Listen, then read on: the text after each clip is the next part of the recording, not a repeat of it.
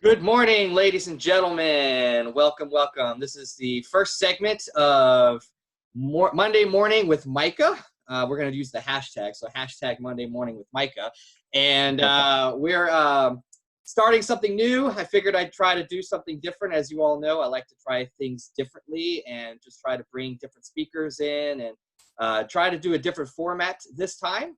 I figured I'd just actually do a one-on-one with some of our professionals and people in the industry from all walks of life and all jobs of life as well, and just kind of talk things out and just have some open conversations. It won't be too long on your LinkedIn video stream, so don't worry. It's not going to be no hour-long presentation or anything like that.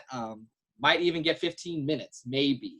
We'll see what happens. But for our first guest today, I have Officer Duprée Foster. Am I saying that right? I feel like I'm. Yep, absolutely. Good job. A good friend of mine. We've been connected on LinkedIn for quite a few years now, and been friends on Facebook as well. And I figured, what better way to start this off with an officer and a good friend. And he's also got some cool things going in the works as well, outside of what he does for a living. So, Duprée, do you mind just sharing with us a little bit about what it is you do? Yeah, so I am a full-time recruiter. That's my full-time job, so finding good people to actually serve in law enforcement. And then on the side, I actually do my own like motivational speaking, kind of dabbling into learning about life coaching and helping people. Because I think the heart of my life and just looking over my life so far is that I really enjoy encouraging people and helping people become successful, whatever that means to them. That's awesome. That's awesome. So I know that you said that you're a recruiter for a police department. So I know that you're on your name there. It says officer. So are you an officer? Do you still work on the force? How does that work? I am. Yep. So I'm a full-time police officer. So as my full-time assignment right now, though, for the last couple of years, actually, my primary assignment is recruiting other people who want to become police officers. So officers who may have worked somewhere else in Virginia want to come to our department. Like I actually transferred into this department in 2013. So that, and for people who are actually just looking to start their career in law enforcement, my primary focus right now as a police officer. So with you being a police officer, as you know, these times that we're in are challenging. So what gives you the motivation and the willpower to put your uniform on and go to work during these challenging times? Yeah, Micah, that's a great question. And I kind of would relate it back to what I always share with people when they're looking to get into law enforcement is really figuring out your why of why you want to actually do it. Because your why gets you through the challenging times and tough times in life. So for me, I've wanted to be a police officer since I was 3. Never Wow. wavered from that. Yeah, always want to be a police officer. And the more I'm asked that question of why I wanted to become a police officer and why I serve, gets me to thinking deeper about that, and really just looking over my upbringing and my parents, actually seeing them help other people for nothing in return, and then really being on the receiving end of having a mom where financial things got tough. We had government assistance and things like that, and so really understanding how it is to be helped and that feeling of someone coming to help you with wanting nothing in return, and then seeing my parents help other people with nothing in return. So my thing is, for law enforcement, when it gets challenging, especially this day and age and what's going on, putting on the uniform, it takes me back to, this has always been my dream. Yeah. And there's been challenging times in life where I'm like, man, this is tough. I want to quit. I'll be honest with you. And that's how life gets sometimes. But again, you have to go back to your why. And so I think of it the big picture, although I'm not primarily directly on the streets and interacting with the public as much as I used to be. I am a direct role in getting other people who have the right heart to want to do this for the right reason. So ultimately, when I look at the whole umbrella of what I'm doing and why I do it, is that there's people out there who need us. And I think about those times where I've made an impact on people's lives, where they've called us and I've responded, and I was the only one that responded, was able to help them out. That's just a rewarding feeling to be able to step into someone's life. And then I actually had a lady who I stopped a few years back, and she was homeless. And we had some conversation on the side of the road. It was just for like defective equipment, so nothing too serious. And she had mentioned at some point that she was homeless from Florida. And I used to keep these bookmarks in my car. I bought them just specifically for reasons, because in law enforcement, we respond to situations that are dark. People are usually at their lowest point and that sort of thing. And so I said, this lady, I think she could use this. So the bookmark had the Serenity Prayer on it. So I put my name on the back and just had the date or whatnot on there. And I gave that to her when I gave her a warning to let her go. And do you know, Micah, 2 years later, I got this envelope in the mail. It just said Chesapeake Police Department, Officer Foster, Chesapeake Police Department, no actual address on there. And I opened it up, and it was a card from that lady. Wow. It said on there, yeah, it really touched me, because she said on there, it's not a day that passes that I don't think of you as like an angel sent from heaven. I think about you every day and pray for your safety. Yeah. And it's just amazing how just little things, many people think in this job, it's just about writing tickets and taking people to jail, which is an important part of the job because we're the only ones who have the authority to do that. Yeah. But you have so many opportunities to really help people just when they're at their lowest point and give them some type of glimpse of hope. I always tell people, we respond to dark situations all the time, and it's for us to bring the light to that situation to kind of, help things get better. So that's powerful. Now, that is a reason to continue putting on the uniform and go out in the car and do what you do on a daily basis. So thank you. And I don't know if I've said it yet, but thank you for your service and your continued service. Now, my pleasure. Now we get to a pretty tough question. And this gets pretty personal here. So not only are you a police officer, but you are also a person of Black and or African-American heritage. How are you handling the conflicts with this in your work and home life? I know that's pretty personal. So, so just be honest as best you can. No, Mike, I appreciate it. These are the questions that people need to ask. Yeah. And this is the kind of discussion that we need to have. Not many people are able to get into discussions like this because their emotions get involved, and then it's kind of like a back and forth thing. So for me, and I think about my life and my upbringing, I am from a rural area. My family is kind of mixed, up further in my family. And so my upbringing has been, I've had all kinds of friends, Black and white. I've gone to white churches and things like that. And so I've got that perspective. Growing up, and I'll touch base on this and kind of ties into everything. So growing up, we didn't have a lot of money. Like we rented, we moved multiple times in my childhood. But my dad, he did landscaping. So he has his own landscaping business. And so he did landscaping for a lot of different businesses and things like that. So I got to actually see a different side of society as well. So even though my home bringing was, we didn't have a whole lot of money, right? But my dad, he had connections with people who were a different status, if that makes sense. So I got to go to their home and experience those sides of things. And then now, obviously being a police officer, I've got the mixture of understanding the perspective of being a police officer, understanding the perspective of being a Black male, and then the perspective of kind of the culture, I guess, the white part of society, the majority, if that makes sense. Yeah. Just because I've been intermingled and all that. So I see it as right now when I have discussions about this, is that I'm from the mindset of understanding someone else's perspective, because all we know is what we know, right? And it's hard to really understand that. But some people, for example, say for me, I understand the perspective of someone who lives at a lower income level. It's not just the financial bit of it. It's really a mindset. And that's one of the things we don't really think about, is that we get into this mindset, this trap sometimes, if you will, where we either live down to a label. In most cases, that's what we do. And we think that this is what society thinks of me. This is just how life is. And so I think to me, it's a blessing being in the position that I am, because I see it as being a bridge to the Black and the Blue community, if that makes sense. We need to hear that more often, because I think that what you just said there was just a powerful statement.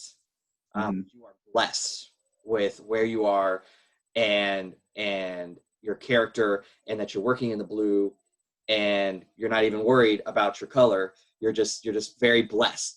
I think more people need to realize that and need to accept that they are blessed. I mean, that's just a powerful statement just in that. Yeah. I mean, it's absolutely, that's what it is, And I was just speaking with my wife yesterday. We have a lot of deep conversations. Just kind of the perspective of life and how different people live different ways. And again, going back to the main thing is a lot of people, and I don't see it. And here's the thing that's kind of interesting about me, is that I don't see when someone speaks out negatively about a situation or a group of people or whatever, I don't take it personal, because it's that person's mind frame, right? And even as responding to a call as a police officer, we can't take things personal, because in most cases when we respond somewhere or stop someone on a traffic stop, always remember they don't know me. Yeah. They don't personally know me. So it's something within their perspective, or maybe if someone that looked like me. I remember I was at a community event one time doing recruiting, and a little girl, I think I was at a high school or middle school, just for a career day event. And this girl, a Black female, she comes up to my table and she goes, you look like my cousin. Don't nobody like him. And then she walked away. I'm like, okay. You know, and so people just have perspectives, and sometimes what you wear or how you present yourself just reminds them of someone else. So it's Wow. nothing personal. Wow. But that's a good reminder that you're not in the other person's mind. So you don't know what they're thinking and how you're perceived until you start talking. And like your example, this case in point, she thought you looked just like a cousin, and automatically she had a negative connotation to your appearance just because you look like a cousin, and she just had to share that and then walked away.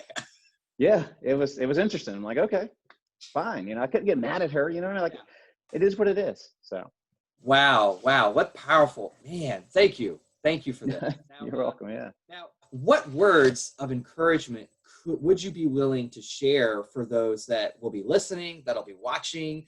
What kind of words can you give to encourage those that are Black or African American, or even, white or any color, for that matter? What kind of words could you give to encourage those that, yes, these times are difficult, but here are some things to think about and remember? Yeah, very well. That's a great question. Big thing again, going back to that mindset, right? Always focusing on what is it that I'm growing from this situation. We've all had challenges and things like that in our past. You can look at them two ways. You can look at them as, hey, this is defining my life and how negative my life is going to be, or there's something in this that I am meant to learn or I can grow from, grow through the situation. The situation we are in right now in society, again, I always shy from sharing too much because a lot of times people, they get you don't get the right perspective. So my thing is, every situation that happens, I don't know what it is, but like I always go to like, what's the positive in the situation? What am I supposed to learn from this? How is society going to grow from this?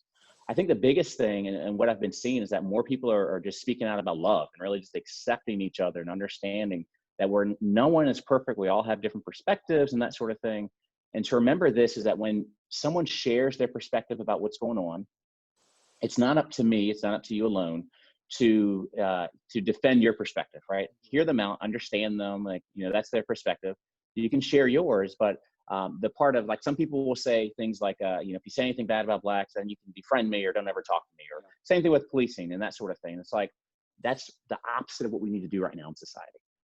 Is that if someone is negative towards you, if they don't like you or like what you represent, that is the worst thing, is to disassociate from them, because that kills the example of what you can actually share, the example that you can give, the positive example. So I'm all for haters that right now aren't liking police or whatever, like, stay connected with me. Because I think love always wins out, the good that you show in society. And I can give you this. And when I've responded to calls and interacted with people, although I've had to take them to jail or write them a ticket, I remember getting to court and people would look over to me and shake my hand and say, thank you. Not for the ticket, but about how you interact with them and showing them, like, just seeing them as a human being. So it's so important, I think, when we reflect on like love and what's going on, is that understanding again that nothing that people are saying really is personal to you, because if it is, they just really don't know you. Yeah. Right. Wow. And in many cases, it gets to the point of they don't know you maybe because you don't actually share your true self. In many cases, we want to show the side of ourselves that allows us to fit in with whatever culture or group that we're trying to fit into. But in many cases, if you actually show your true colors, like show exactly who you are, show your heart, and who you actually are as an individual, people may like you a whole lot more. The right people will like you. But it's hard, though. It's hard. Yeah. Powerful. Hit it home, man. Amen. Well, finally, I know at the beginning of this, you were talking about your motivational and your self-motivational talks and such. So I wanted to follow up with that. And can you tell us a little bit more about what the videos are entailed? Like, what are you trying to achieve? What is your end goal in doing those self videos to try to encourage others, whether during this time or even after we get through all of this? What is your end goal to do with that? Yep. So, I really, for many years, I've been intrigued with self-study on just making yourself personal development. As a kid growing up, I was super quiet, super shy. I was like the last kid picked for things. And when I look back on it, I'm like, yeah, I probably would have picked myself last too, because I was quiet. I didn't really interact with people and, kind of had a closed body posture. And so I remember I was in high school. I think I was in 10th grade. And I started studying like body language and how body language actually communicates without you actually saying stuff, right? And I did self-study on that. And then when it came towards my senior year, I actually started doing things that I learned and incorporated that. And it was amazing how it was like I was a new person, because people started interacting with me differently. And so I guess I say is that I see that, in life, we can change. I think that's one of the most scariest things, is that some people think they can't change. Yeah. They have that fixed mindset, not that growth mindset. But it's really about looking over your life. Like there was a time in your life, Micah, that you couldn't tie your shoes, right? Mm-hmm. But once you learned it, like you got it, and now you don't even think about it. So there's things, anything in life, I believe my parents have always been to, something you want to do, you put your mind to it, you can do it, you can achieve it, is that there's things in life that many people don't have that mindset or don't have that encouragement from their family life. And so I want to share those things with other people and try to share more of the things that I've learned that have actually helped me to get towards what I want to do in life. And so ultimately with doing the videos is that I am looking to actually reaching out and doing my own company at some point. Wow. And speaking and coaching, kind of dabbled in it a little bit. I don't have an actual company, I haven't making any money, but really just trying to put it out there and just help people as much as I can. I think the things that I've learned and really the focus is trying my best to provide value to people that they can use so that they can better themselves. And I tell you, again, going back to like just what we were talking about earlier, is I truly enjoy seeing people like be their best self and see them grow and overcome whatever challenges they have. So I've seen that in you. I know that the few times that we've actually been face to face before all this, that you really tried to find the good in people and the positive experiences in people, and you try to draw it out of them and let them know that don't keep it hidden. It's not that you're weak if you show it.